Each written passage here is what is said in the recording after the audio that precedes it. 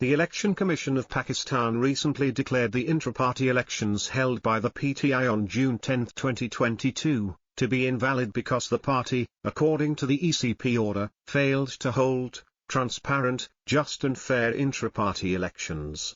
The ECP, in the same order, branded the election highly disputed/objectionable, which could not be accepted at all.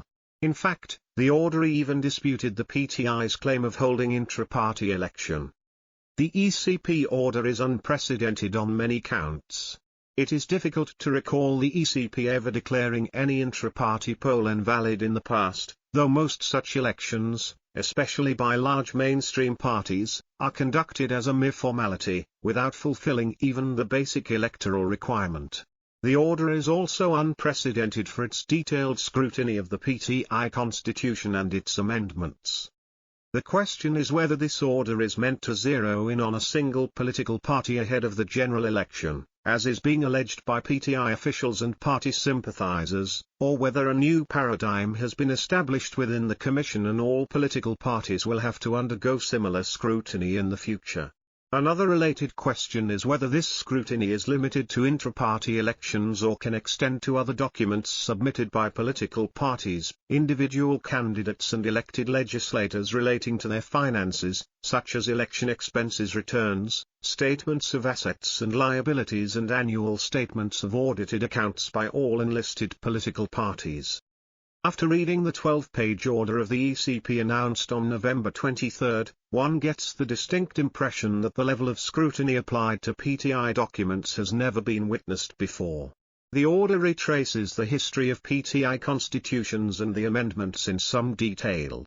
When PTI office bearers completed their terms of office on June 13, 2021, the party had a comprehensive 105-page constitution, 2019.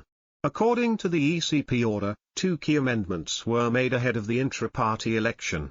1. The Electoral College was changed from all party members to National Council members, and 2. The procedure of casting the votes was changed from secret ballot to a show of hands. Not only did the ECP object that these amendments were not made according to the party's constitution, it also questioned whether a National Council even existed at that time, as its term had expired long ago. The PTI, at that point, presented a new 30-page constitution, 2022, which the ECP found unacceptable in the context of intra-party elections. It is difficult to recall the ECP ever declaring any intra-party poll invalid in the past. The ECP order pointed to the documents required from a political party while submitting intra-party results to the Commission within 7 days of holding elections. The documents ranged from a certificate, ECP's Form 65, signed by the party head or his designated representative, to the names, designations, addresses and terms of elected office bearers, along with the votes obtained by each. If the party constitution is amended, the ECP requires a copy of the resolution passed by the competent party institution, along with the names and copies of the CNICs of the members who attended the meeting. The party is also required to submit the amended constitution, with each page signed and stamped by the party head.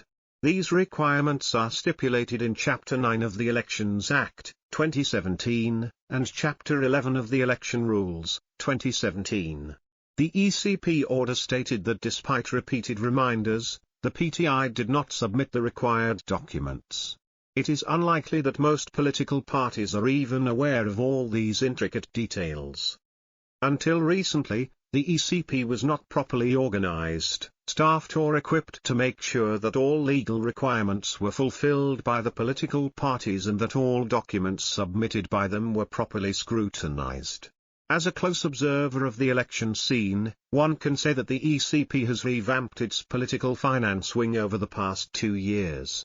This wing has designed and developed customized software, in addition to the development of a political finance database management system.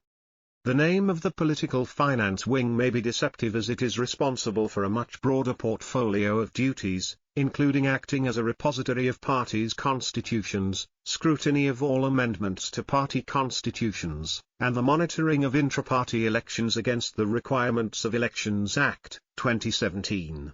It also deals with the allocation of party symbols in each general election.